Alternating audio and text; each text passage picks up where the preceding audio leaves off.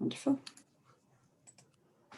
Okay, so you're obviously in the Zoom meeting. If you're seeing us, hopefully you can both see and hear us. If you've got anything open on your computer that uses an awful lot of connectivity, such as Netflix or YouTube, it might just be an idea to close that down just to make sure you get the full experience. This session is being recorded. Hopefully you just had a message pop up to alert you to that. And it will be shared after the event to everybody who's registered, and also I think on social media and to anybody else who's interested in watching it back. So if any of your contacts weren't able to make it today, do feel free to share the recording with them once you have the link. We would love you to be engaged and to put questions to Claire. So the first part of the event today is going to be an interview, and then later on there'll be an opportunity for you to put your own questions to Claire. So if you can use the Q&A box for that, please. Just in case you haven't seen that before, I will show you. Here we go. So this is what it looks like if you click on the Q&A pop-up at the bottom of your screen. So you should be able to enter your questions into that box. There's also a facility for you to be able to upvote questions. So if you see someone else has put a question in there and you think, oh, I'd really like to know the answer to that, that's a great question. Then if you can pop an upvote flag next to that, then that should bring it to the top. So my colleague who's going to be putting questions to Claire will then be able to easily see what the top questions are. There's also a chat box as you've been using for flagging up where you're from. So if you've got any just general points or feedback you want to enter during the event, then please use the chat box. Okay, wonderful. I'm going to hand over now to, I think, my colleague Laura, who's going to introduce your speakers today. And thank you, and I hope you will enjoy the session. Excellent, thanks, Bryony. It's my great pleasure to introduce Claire Pedrick and this event today. Claire's been coaching for over 30 years as a master certified coach and founded 3D Coaching in the late 90s to develop deep and simple coaching across the world. And that's probably reflected in the international audience that we have today. So her networks span wide. I had the joy of meeting her at the UK ICF conference in 2019. And I was instantly struck by some of the language that Claire used when talking about the coach and client relationship, using the word thinker rather than coachee or client. This was just one hint that my conversation with Claire was going to be different from the other conversations I had had that day with coaches. Our transformational conversation then led to a book proposal, which then led to a book contract, and now the book Simplifying Coaching that we are celebrating the launch of today. The funny thing about simple is that it's very hard. And this doesn't just apply to coaching. Writing to express complex ideas in a simple and accessible way is one of the most challenging things any author can do. Claire certainly makes it look easy, but I assure you that it is not. It is also an honor to have Hilary Oliver join us today, another master certified coach who will be interviewing Claire. Hilary's core work is in supporting businesses and their leaders and helping them achieve clarity of focus, clarity of goals, and clarity of intention. And on that note, I'm delighted to hand over to Hilary and Claire for the main event to discuss the ways you can have more transformational conversations by doing less.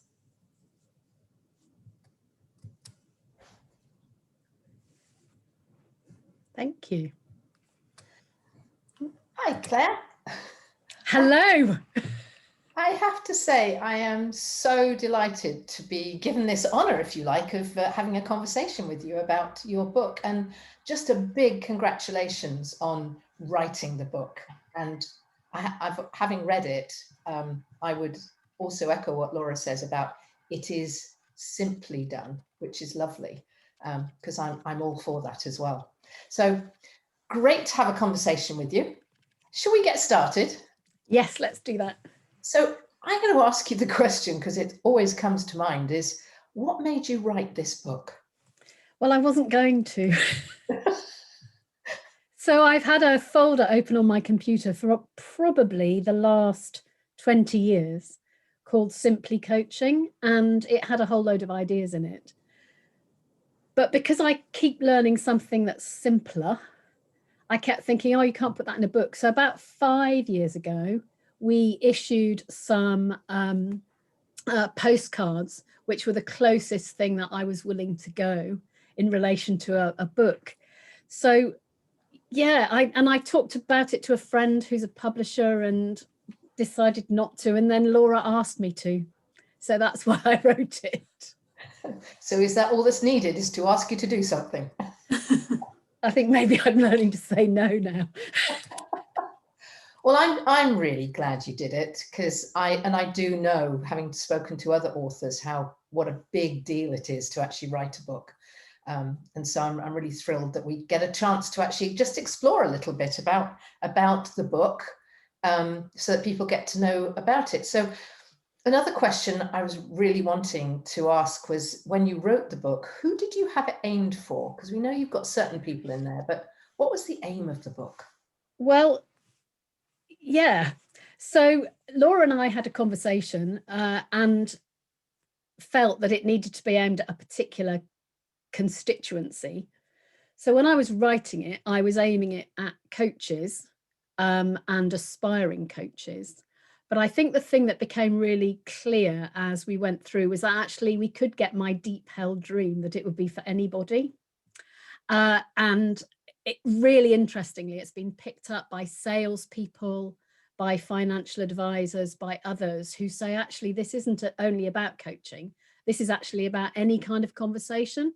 So it's lovely to have had the dream. But I think that the gift that Laura gave me in the editing process was to say, don't try and write it for anybody. So I did try, yeah. So I tried to write it for coaches, and then it broadened out.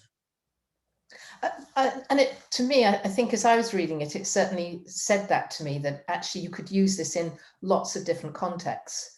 And as a supervisor and indeed a mentor coach, I saw lots of the things that you've written about really come out as I'm mentoring and supervising coaches out there. So, because I was actually curious, one of the things you didn't put in there, because you've got established coaches and supervisors, was why you didn't specifically aim it at mentor coaches. Because I didn't think about it, Hilary. Answer. If you want the truth. But actually, what's been really interesting, I've just been on holiday for a week, as in not on Zoom.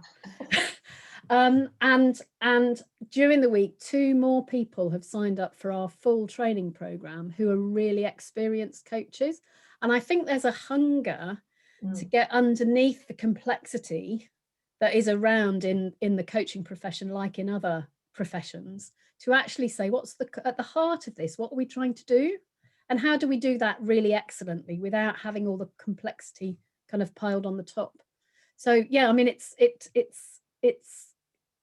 surprises me who suddenly sends me a message and goes, I really like your book. It's really useful for whatever. So the week before the holiday, it was general practitioners, doctors. Oh, wow. Who are saying the stuff that you talk about around time is a really important thing for doctors as much as it is for anybody else. I'm curious, what's that about? Well, the person I was talking to, and in fact there are 2 pieces of work with GPs in my inbox this morning, but the issue is, if you say to somebody, how are you, that is a backwards facing question. So they'll tell you how they are, and then they'll tell you the next thing, and then they'll tell you the next thing. So they're moving backwards all the time. And one of the things that we talk about in the book is the future focus thing, which is how do you have a conversation that says, what do we need to do in the next 10 minutes, so that at the end of 10 minutes you've got where you need to be, which is a different direction. And this GP who rang me just before my holiday was saying that, she said, we're barely trained to have conversations. So we kind of make it up. And then you get into that people don't tell you why they've come until they're leaving thing. Yes, suddenly the thing pops and it's like, that's what we should have been talking about for the last 40 minutes. Yeah, it's really funny. Years ago, I was training some priests, and one of them said, I was trained that people wouldn't tell you why they'd come until they were leaving. And now I realize that's because I never asked them. Oh, that's so powerful, actually. Yeah, completely. Yeah. It almost sounds like the Columbo question, when he has his hand on the door and he asks that question that actually brings the whole thing to life. And I guess what you're saying here is that if we ask those questions earlier, we're going to get people to talk about what matters earlier. Yes, and they might not know and they might not tell you, but if you don't ask them, they're not going to tell you, are they? So some of this simple stuff, I mean, partly what I say to people is there's nothing in the book that isn't common sense, and there's nothing in the book that actually we don't know. But the real issue is we don't know we know it, and therefore it's quite difficult to draw on it when you need to. It's a really good point, actually, because and I like your focus on saying that even as experienced coaches, it's really important that we continue to learn and go deeper and actually go more simple. Yeah. Something I learned going through my MCC process, I think, and I'm sure that you would echo that, is that it is about the less you do, the more they get.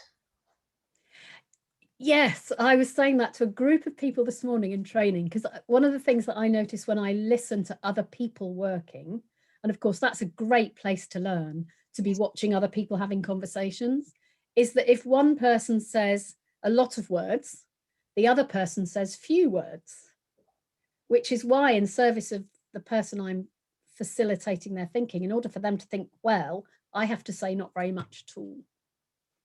I think that's probably, and it comes out in your book as well, and it's such a wise piece of learning to share with people about doing less, which is what this book is all about, which is fabulous. It is, but I think we try and justify ourselves, don't we?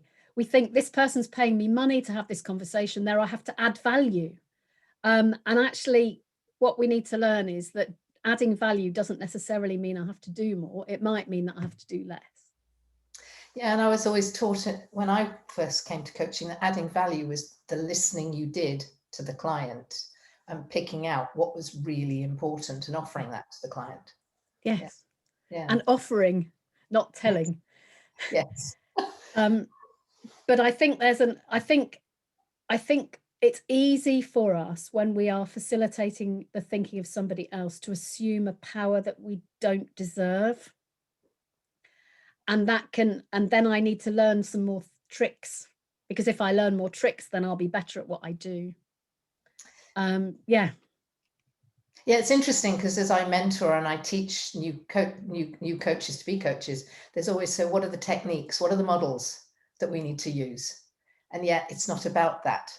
It's much more about what are you listening and being with your client and just totally. I mean, for me, the definition of coaching is simply that somebody feels heard and that they get new insights into their own stuff.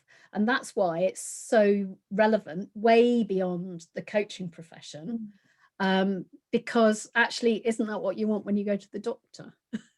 I want to feel heard, and I want something to be known that wasn't known before. And indeed, you mentioned earlier, salespeople and people like financial analysts, financial advisors, that's what they need to do a lot more of, is hear what the client or the person is saying. Totally. Which actually brings me to, I loved the fact that you now use this term thinker rather than client or coachee. What brought you to that place? Because I so totally get that. I need to be careful what I say because I don't know who's on the call. Oh, right. So I went to a conference that was about coaching, supervision and mentoring. And I was doing the keynote talk at the end of the conference. And so what they'd asked me to do was kind of work out what I was going to say vaguely, and then go round the conference all day and try and pull together at the end of the day what was being learned. So the first session was really good. It was about coaching, supervision and mentoring, and some of it was really good. But they called the people that we were working with coachees, mentees and supervisees, because that's an easy shortcut, isn't it? Like if you're talking about interviewers, you talk about interviewees. So at the end of the session, there was a man sat next to me, and I had my label turned the wrong way around, so he didn't know who I was. And I said, I'm just interested, how did you find the session? And he said, I'm not an E.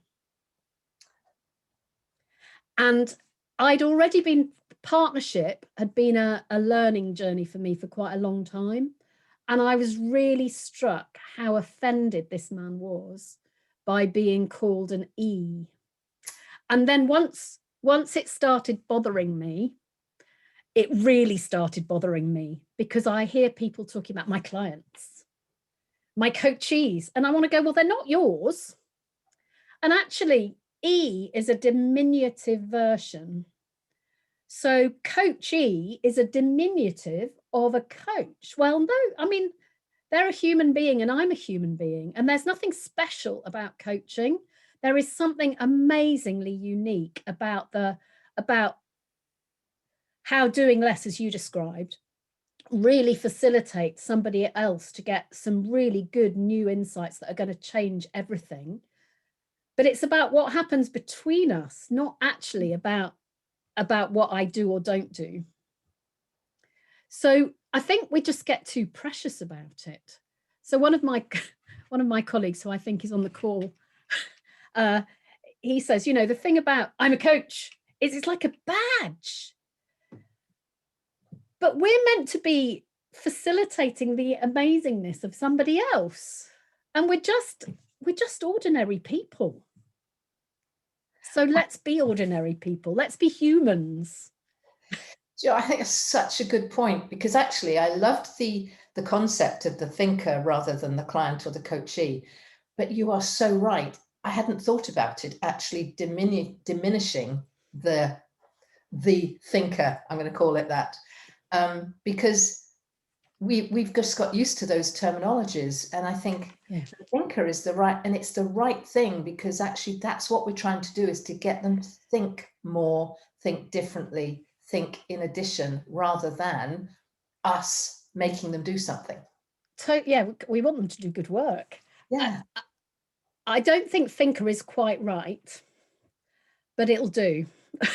It'll do for now, because it doesn't deal with the feeling bit. But it was really interesting, because I like to call people, but when you're training people to have conversations with people, you actually need to be able to give each of them a name, so that you're clear about what's happening in which chair, which is where I came up with thinker. But then, of course, I remembered what Rebecca's just popped in the chat, is that Nancy Klein talked about thinking partners in her book in 1999. And what really astonishes me and slightly frustrates me is that as much as people talk endlessly about how wonderful her book is, they haven't changed their language. Mm. So maybe reading this book, people might start to think about changing the language of that. I hope so, because I think we accidentally disempower people all the time. So you'll talk to people about why do they want to do coaching and why do they think coaching is a great thing.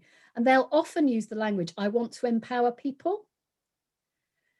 But then we call the people we want to empower a thing that's disempowering. So we need to do some thinking about that, I think. Actually, I love that thought, because it also, and I know you and I have the same thinking, went to a training program where I used to, when I trained new coaches, they'd say, I want to help people as well. And our job isn't helping them. And I would support them to see that maybe it was a supportive thing, but actually even that isn't right. And the place I got to, which I think you have also, was about we're being useful to someone in facilitating their thinking forward, their learning, etc. Yeah, so John Whittington, in his, because you and I have done the same training, haven't we? And he draws on the work from Bert Hellinger that says, what does it say? It's something like, do what you like, but don't try and be helpful. Yeah. Or do anything, but don't be, I can't remember it precisely. You could find it on Google. But yeah, I think one of the things about being helpful is that we go too close to the person, and then it becomes more about me and my need to be helpful rather than what do we need to do that's useful. It's a dichotomy, isn't it? Because most people come into coaching because they have a desire to help people learn, etc., etc. And yet what we're saying is, please don't think you're helping them. It is about supporting them or being useful to somebody in furthering their thinking. Yes, and it's we need to get away from this thing about talking to. Yeah. So we feel, thank you, Vanessa, have no intention especially to help. So we get into this position of talking to somebody else, and actually we need to be thinking more about being with them. It's more about side by side. but I always feel when I'm working with particularly coaches who've trained with quite a lot of coaching schools, is that you get into this talking to position that looks like 100 other conversations. So in terms of how people physically are, it looks like counseling, it looks like the doctor's surgery, it looks like all kinds of things. And because coaching is so similar to other things and yet so different, you've got the pressure of what's the coach doing, but also what does the person who you're with think you're doing, and therefore what are they kind of sucking out of you, as well as what are you offering. So I think we need to be in this being next to thing. The walking metaphor feels much more normal than the sitting down and talking to each other, because otherwise what happens is we ask them all these questions about their stuff and they tell us all these things, and at the end of it I know all about them, but they don't know anything they didn't know before. Absolutely.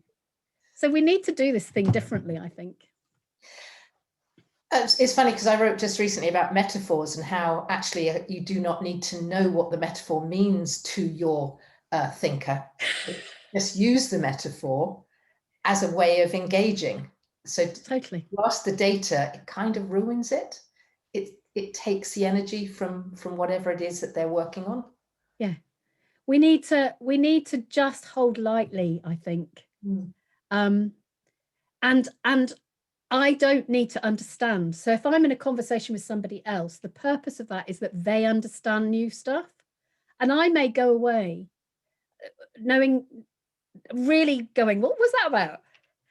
I remember signing a non-disclosure agreement years ago for somebody in the security industry, and he was a product manager, and I cannot tell you what his product was. I don't know if it was software or hardware, whether it was big or whether it was small, what it did. And that was the best learning for me, because I understood nothing.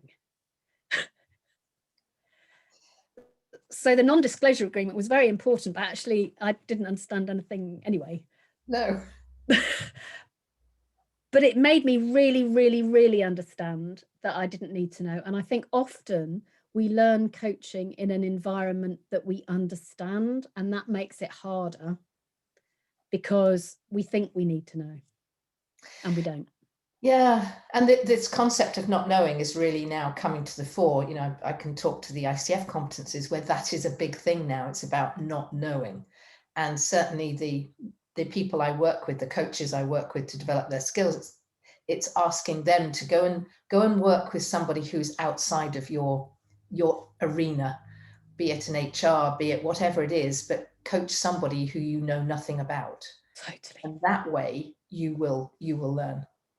Completely. Thomas Leonard, who was he liked to see himself as the grandfather of coaching. I think Socrates was probably the grandfather of coaching, but anyway, he said, go out and coach 1,000 people. Yeah. And when you do that, then you start being with people where you don't know. And absolutely, I think that not knowing and being brave are two of the real fundamental pieces of amazing coaching. And actually, being brave and not knowing is more important in the current climate than it's ever been. So, you know, we're in a world where there's a lot of not knowing. I mean, there always has been, but now we know there is. Yes. So having the capacity to hold that and not be bothered by it is a gift that we bring to the world. Which is interesting when you look at how, going back to the book, is that your book, you know, as you say, you've written it for experienced coaches, and yet it starts at the very early side of coaching when they come into it, is trying to get people to really understand you do not need to know the data. You don't Totally. need to get the background. And I actually, it goes back to this piece around how are you? It's a nicety, but it then takes often the next 5-10 minutes of talking about something that actually is not what the person has come to talk about. Yes, and sometimes we do that because we think it builds trust, but actually often if people trust the process, they just want to get on with the work. Yeah. Yeah, and we're taking up valuable time of theirs. I call that bit the pre-conversation, Yeah. which is the bit we need to do before we can do the work. But I would ask people, is there anything we need to do before we do the work? And it's funny though, because I've noticed that some coaches do that, but they do it at the wrong time. They do it once they're trying to work out what the work is, as opposed to clearing the mind. And that's how it was always, I've always learned about it. It was getting yourself settled, cleaning your mind up. Because I think you talk in the book about, you know, if someone needs to actually vent, or they need to tell you, give them that space, and then they can get on with the work. Yeah. But don't try and do the work before they're settled. And don't try and do the work at the same time as they're doing that. Yes. because that's exhausting. So sometimes it's to say, do you need to just let all that out and then we'll work out what we need to do? Yeah. So I would call that decompression. You just let somebody reduce it, and then you say, so what is it that we need to be doing together today? But I think that often we try and do a number of things all at the same time. And one of the issues is, I think I've started and you think we haven't. And then we just get into this push me, pull you thing. So it all goes back to, I love the word partnership, because I think that does talk about walking along the side, sitting together rather than sitting opposite each other in that sense. So it's about that partnership, isn't it, that we have with somebody where neither of us is superior to the other. Yes, and there's a thing. Because I think one of the things that coaches are trained to do is we're trained not to take power over somebody else.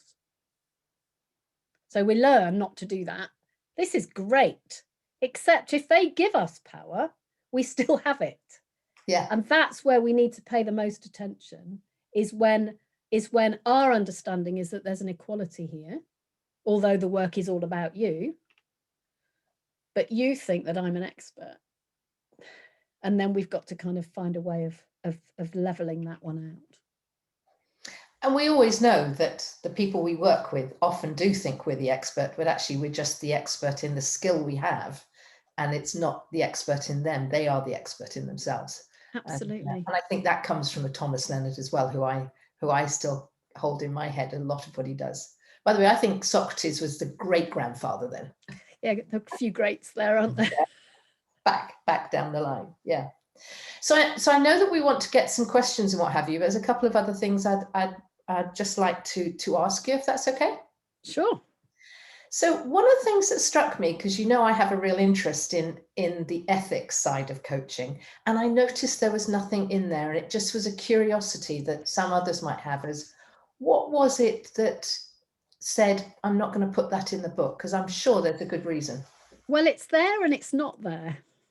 So power and partnership, there's a whole chapter about power and partnership, and I think that's all about ethics. Mm-hmm.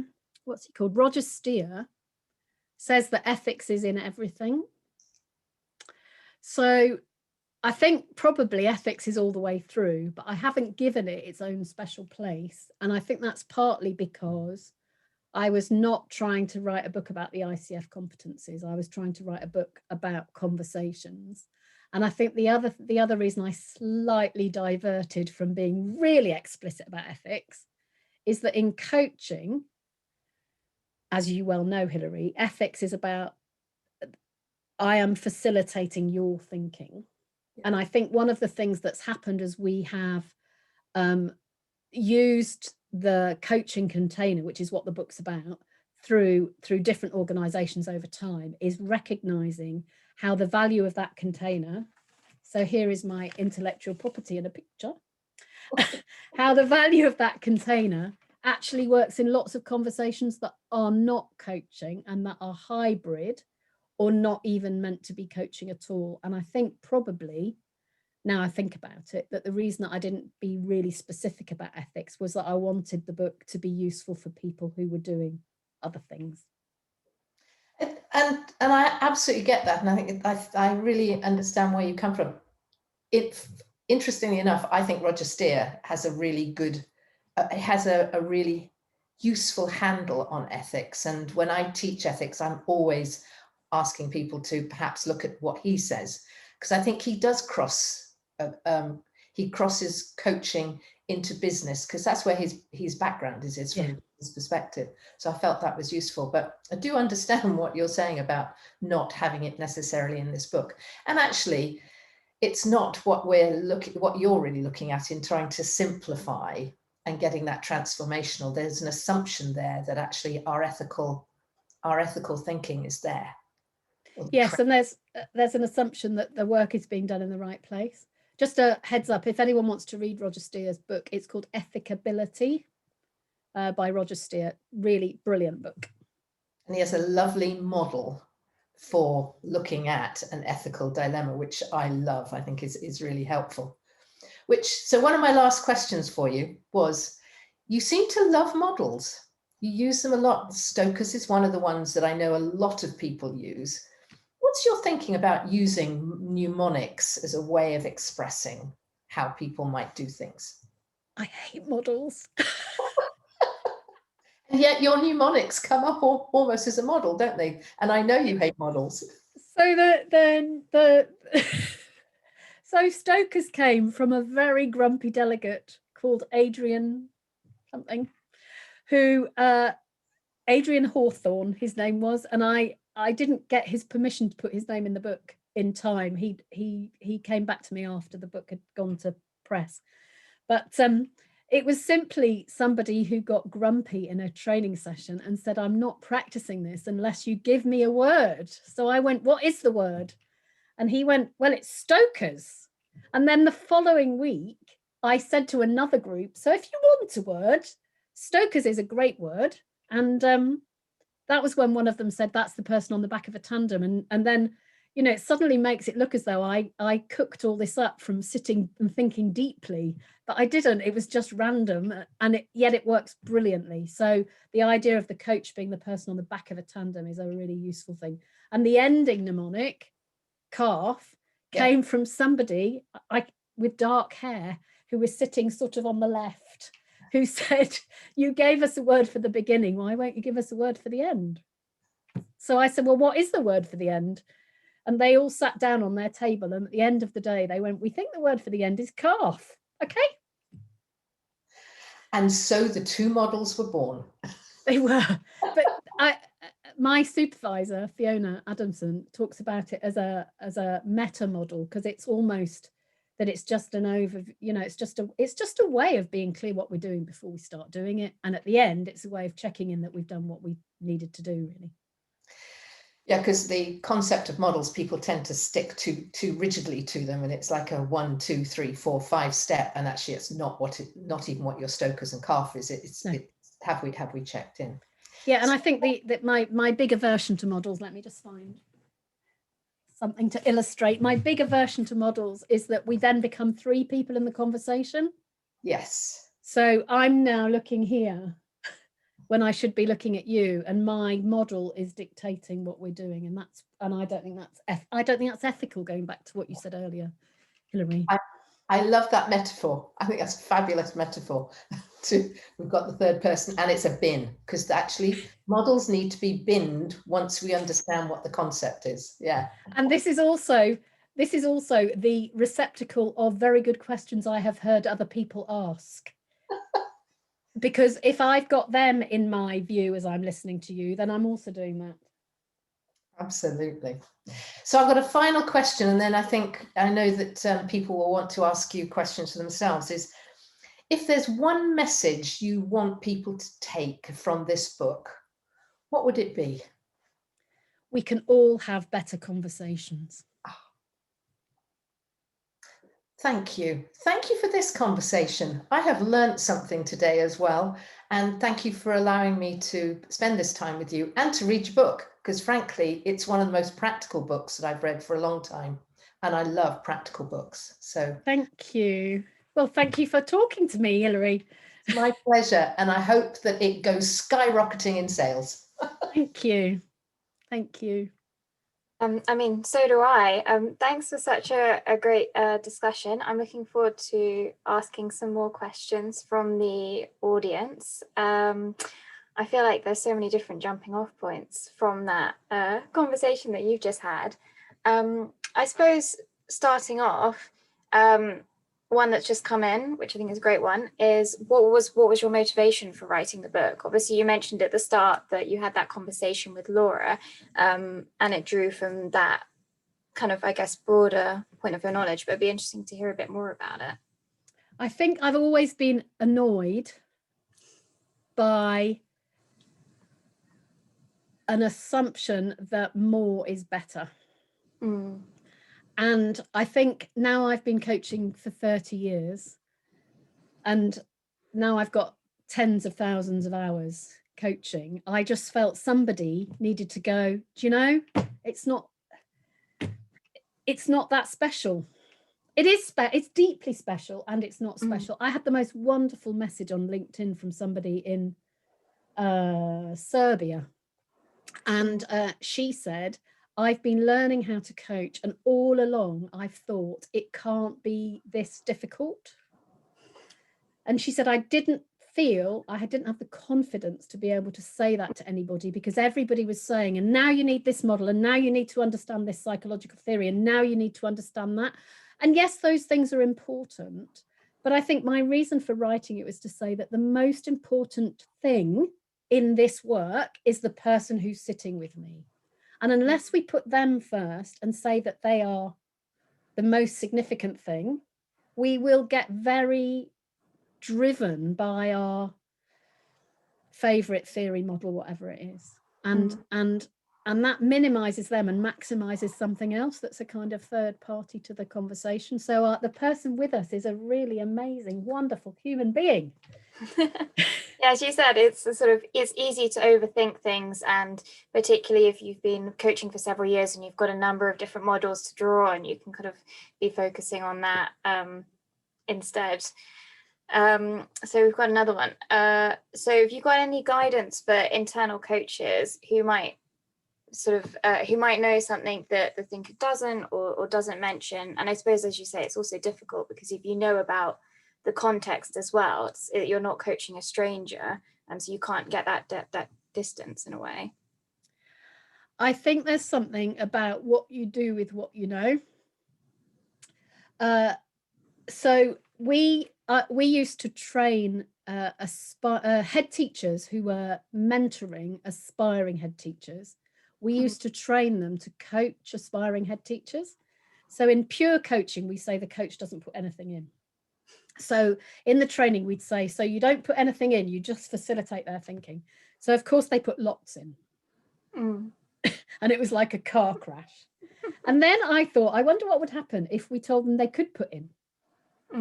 So I said to them, you can put in, but you need to wait until it's really clear what the question is. And then you need to ask them if it's okay to put anything in. So Peter Levine, his definition of trauma is too much, too fast, too soon. Too much, too fast, too soon. And one of the things that we do is we put in too much information too early and too quickly. And the issue is, if you're an internal coach, is that you know you've got something to offer, and they know that you've got something that you might offer. And that's particularly true for not as much for internal coaches, but for people who are using coaching at work. So they're using it as a way of having a conversation. So I really, really want to tell you, and you really, really, really want to know. So that presence in the room. The risk of me transmitting too much at too quick a pace and too early is very, very high. So that's why there's a whole section in the book actually about dripping in, because the danger is you put it in like a fire hose. And actually the skill is just a little bit, just enough to kind of germinate. So and you can only work that out between you by negotiating, by asking. And I really like that kind of deliberate question, because by asking, that also makes you think, this is when I'm putting in, rather than, as you say, just doing it because you know and you think you can add. Okay, so lots of new questions coming in. What is your favorite outcome of a coaching conversation? Whatever, or I I think the one I like the most is the person that you meet 10 years later and they say, my life is completely changed by the conversation that we had with each other. And actually, I didn't do anything. And the best bit of the conversation happened after our coaching was over. Mm. So I think my favorite thing is when people just come alive. But often you won't see that in the room. You'll often see that afterwards. Mm. And I for think them, it's about trusting the process rather than believing that everything needs to happen in the room with me, because it doesn't. Yeah, and for the thinker, the conversation's kind of continued. You haven't been there, but they've now got the skills they can continue. Yeah. I like that. Would you suggest any changes to the ICF coaching competencies to simplify them? Yes. I was going through them the other day with somebody who is going for accreditation, and they said, do you think I'm doing this? And in fact, you might be the person who's asking the question. And I went, well, that's about partnership. That's about letting them go first. I think they could be simpler, and I think to put them in really straightforward language would make a difference. And it saddens me that there's a complexity to them, that when you actually get underneath, you see something that is deeply simple. And that's not simplistic or reductionist. Actually, it takes a lot of skill and art to be able to work simply. But it allows the other person to flourish and do some great work. Yeah, sorry, I put you on the spot a bit there. No, please. I like this question from Vanessa. What resourced and sustained you, apart from cake, whilst writing the book? Well, you did, Vanessa. So the irony is, I don't know if I could have written the book now, because I wrote the book in coffee shops. So what sustained and resourced me was my family, was walking and letting it settle, and then seeing what came out of it. So writing and stopping and writing and stopping and writing and stopping. And Vanessa resourced me, as you know, Vanessa, at the end, when I changed one of the words in the book 2 weeks before I submitted the manuscript, and realized that that making the conversation the right size, which traditionally in coaching has been called contracting, that actually it's about making the conversation the right size. So deciding to call it right sizing. That was a bit stressy, because then I had to rewrite the whole thing, but that was okay. Sort of, as you said, yeah, you need that distance so that then you can see it and then reflect. But sometimes there's no time for distance before a deadline. No, and I think what's really interesting is that I'm already writing version 2 in the front of version 1, which is all the things that I now know that I didn't know when I finished writing it. Well, we're excited for version 2. Good. So what else we got? Could you please share some thoughts on race and white privilege in coaching? So there's white privilege, and I think there's any privilege. So I think there's something about how do we talk about and make equal as much as we are able to the work that we're doing. And that's a learning journey, isn't it? In fact, you know, I've written in the book a bit about white privilege, and it's my sort of journey. So I'm doing some training on a sort of thinking journey and a processing journey about diversity starting in a couple of weeks. One of the things about privilege is to do with it's to do with color, it's to do with where we were born, it's to do with where we were brought up, it's to do with how we were brought up. And there are situations where there are fixed power differentials that actually make it really quite hard to work in partnership. So we do some work across the world with an aid agency, and their guy in Nigeria says that in some Nigerian villages, there's fixed power differentials between the chief and the villagers. And there it's really quite difficult to get a coaching culture to get power equal. But in other places, I think it's about talking about it. But there's also gender privilege, privilege of sexuality, you know, that they call it intersectionality, don't they? It's about all those different things colliding together. And I think the skill is we need to talk about it. And we need to talk about it with the person in the room with us so that we can work out the best way to do that. Rather than becoming very expert at it outside the room and then thinking we've got the answer, which then actually splits the power in exactly the way that we're trying to not. So talking about partnership really matters.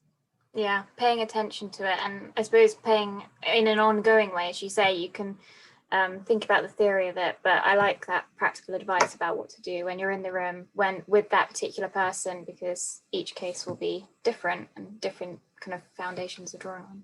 Yeah, and we need to be, we need to really mean that we haven't got it all stitched up. We need to really mean that this is a dialogue and that we'll work out how to do this together. Yeah.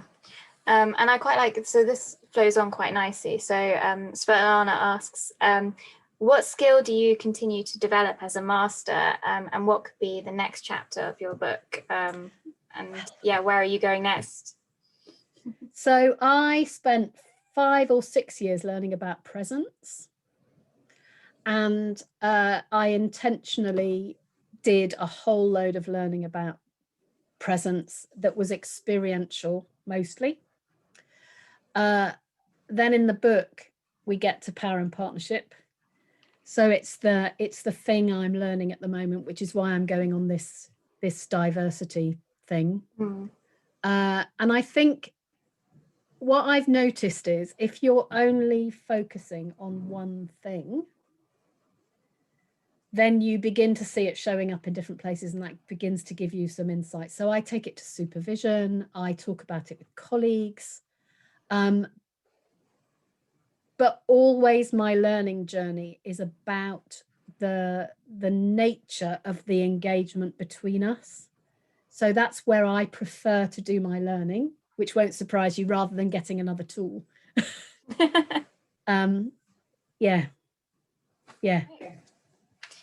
And then, so what would you say about cross-domain training? So for example, whichever of those in the so-called helping professions, and anyone that wants to learn conversations, like how to have conversations with people, rather than applying the tools as an expert, when they're or they're already doing it in their job. I think Fiona, please let me know if there's something else you'd want to say on that question. So I think that we all need to learn how to do better conversations. I would agree. and you know, the simplicity of the book is about actually not starting doing the thing until we know 3 things. What are we doing together today? How are we going to do it together today? And how will we know we've done it? And the thing that we do next doesn't need to be coaching. It can be whatever it is the most useful thing to do. But I think there's something about how do we co-create with people? Because unless we co-create, the person with the perceived power will lead. And you can see the person with the perceived power leading all the way through. So in the training I was running this morning, we were talking about endings. The person with the perceived power, which is you right now in this context, because you're going to tell us when we run out of time. But the person with the perceived power often will just say, right, we need to finish now. So there wasn't partnership. So there's something I think that actually in all domains, trying to be a bit more collaborative about what we're doing, how we're going to do it, and how we're going to know we've done it really matters. I suppose really making sure that you're listening on several levels rather than thinking that you're listening and hearing what the other person's saying. Yeah. Okay. So Helen asks, how applicable is your book to group coaching? It depends which kind of group coaching you're talking about, Helen. So somebody that I supervise was saying to me the other day, why don't you write a book about group coaching? And I said, not until I've got it simple enough. So there's something about what's the space between. So in a one-to-one, there's you and there's me, and then there's the space between us. So there are 3 kinds of group coaching. So there's group coaching that's one-to-many. So you have the coach and you're facilitating the thinking of a number of people who are not connected to each other. So for example, if I did a careers coaching workshop, that could be group coaching. They're all people who in a positive and affirming way have randomly come together. So absolutely, in group coaching, the book is really relevant. So that's one version. Another version is many-to-one coaching. So there's a thing called action learning, which is like many-to-one coaching. And we use the book to train people to do action learning. So basically the facilitator of the action learning set creates the container, the group, the group do the exploring, the middle of the conversation, and somebody does the end. Then so the space between you is, so in group coaching there's one space between the coach and the group.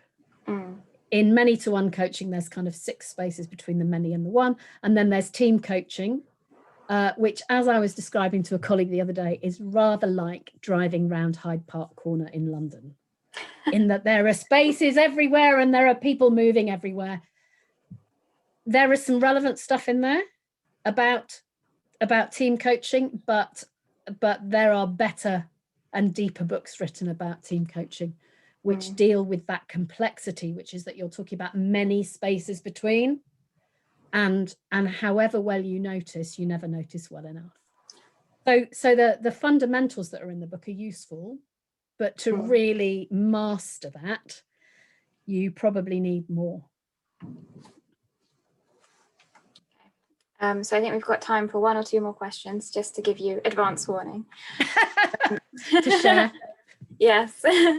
And so Jeremy's asked, he's interested that you're not yet satisfied with the thinker terminology. And is that because we know that human beings are more than a brain on a stick? And where does the heart and spirit fit in? I suppose sort of where's your thinking at the moment about thinker, and where would you maybe move towards in the future? I've no idea. I just know that thinker's not quite good enough. Because it doesn't quite describe, and it needs to be a simple word that's about power equal. But it is kind of body, mind, spirit. So the thinker bit is a bit mindy and not quite enough body and spirity. But I if anyone's got a great idea, I'd love to know. Yeah, please put it in the chat if you do have some suggestions. Yeah. Okay, so I'm going to finish with one more question, and it's one of my own. What would you say is the first step that people could take for simplifying their coaching, outside of buying the book, obviously? What would you recommend? Duct tape. Oh, I'm intrigued. Stop talking. Yeah. Yeah, so I think what I would really recommend is record conversations that you have and listen back to them. So whether you're a coach or if whatever one-to-one engagements you have professionally, with permission, record a conversation, listen back and listen to your colleague. And you're asking yourself 2 questions. Number 1, is this useful to them? Are they thinking? And am I speaking too early? And if you do that, it will change everything. That's more than one thing. Well, it's kind of one thing in a... Yeah, one concept. Yeah, well, so there's lots of other questions, but we won't get to them today. Perhaps we'll maybe be able to sort of answer them afterwards, but lots of interesting ideas coming through as well. Traveller instead of thinker from Mark. I quite like that idea of travelling companions together. But thank you so much, Claire, for Pleasure. this wonderful conversation. And thanks to Hilary as well for really pulling together some of the interesting points that came out of the book. Definitely lots to think about and to go from. So yeah, and I hope that everyone has enjoyed it. And yeah. And thank you everyone for coming on a Monday afternoon, evening, or whatever time it is in your world. Wonderful. Yes, thank you, Claire. Thank you, Hilary. And thank you also to my colleagues, Laura and Eleanor, for the introductions and for putting the questions as well today. So I hope everyone's found it useful. As I mentioned at the beginning, we will be sharing the recording. And of course, the book is available through our website. I will be sending details of how you can purchase the book with further discount if you don't already have a copy and would like some extra reading. So thank you once again, everybody, for attending. And most of all, of course, thank you, Claire, for taking the time to write the book. Yeah, so my colleague Laura's just posted the link to the website there. If anyone would like to go and have a look at it right now, then do feel free. And thanks once again. Look out for an email in the next couple of days. Thank you. Thank you, everybody. Enjoy the rest of your day. Bye-bye. Thanks. Bye-bye.